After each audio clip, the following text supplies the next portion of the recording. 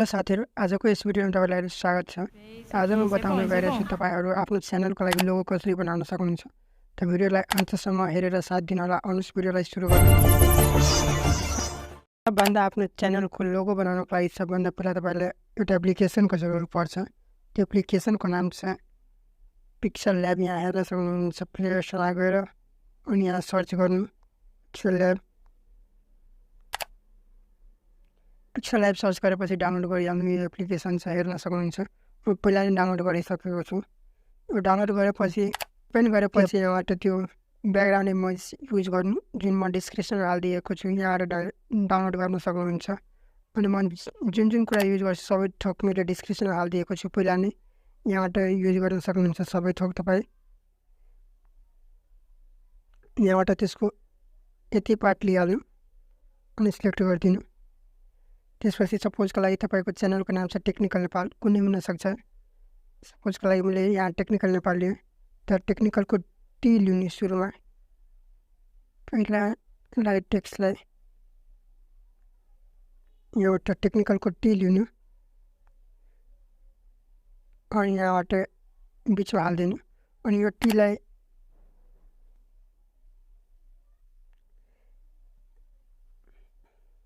यहाँबाट त्यो T select गरेपछि यहाँबाट त्योमा क्लिक गर्नु यहाँबाट। अनि यहाँबाट जानु तपाईँ यहाँबाट फ्रन्टमा। अनि फ्रन्टमा माई फ्रन्टमा जानु। यहाँबाट त्यो मैले त्यो फ्रन्टको लिङ्क दिइहालेको छु डिस्क्रिप्सनमा। यहाँबाट पहिला डाउनलोड गरेर त्यसपछि आउँछ तपाईँमा हेराउँदैन यो फन्ट। अनि यहाँबाट ओके गरिदिनु। ओके गरेपछि यसलाई हल्का बढाउनु, त्यसको साइजलाई हल्का बढाइदिनु। अनि त्यसपछि फेरि एउटा टेक्स्ट लिनु। एउटा कपी गर्नु त्यसै टेक्स्टलाई। अनि कपी गरेपछि यहाँबाट अब यहाँ लिइहाल्नु टेक्निकल नेपालको लागि टिएन। अनि त्यसपछि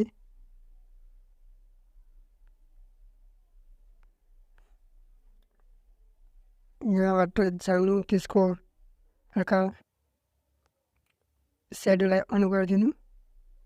यहाँबाट ब्लू युज गर्नु आफ्नो एकोर्डिङ, जुन तपाईँलाई राम्रो लाग्छ त्यो युज गर्नु होला। यहाँबाट हेर्न सक्नुहुन्छ मैले गरेँ। अनि त्यसपछि यहाँबाट सेपमा जानु होला।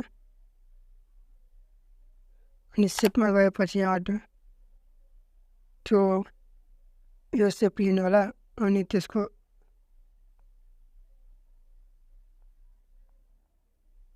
क्यापेसिटीलाई 0 गरिदिनु होला। अनि त्यसको कलरलाई वाइट गरिदिनु होला।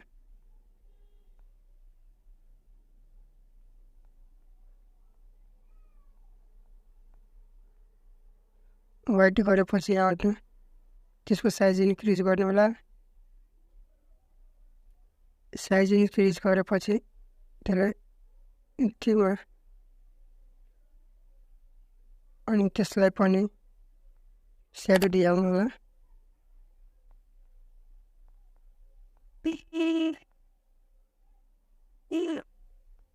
हेर्न सक्नुहुन्छ तपाईँको लोगो तयार भइसकेको छ।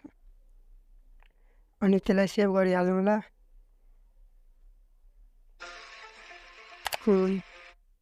सेभ गरेपछि यहाँबाट तपाईँ आफ्नो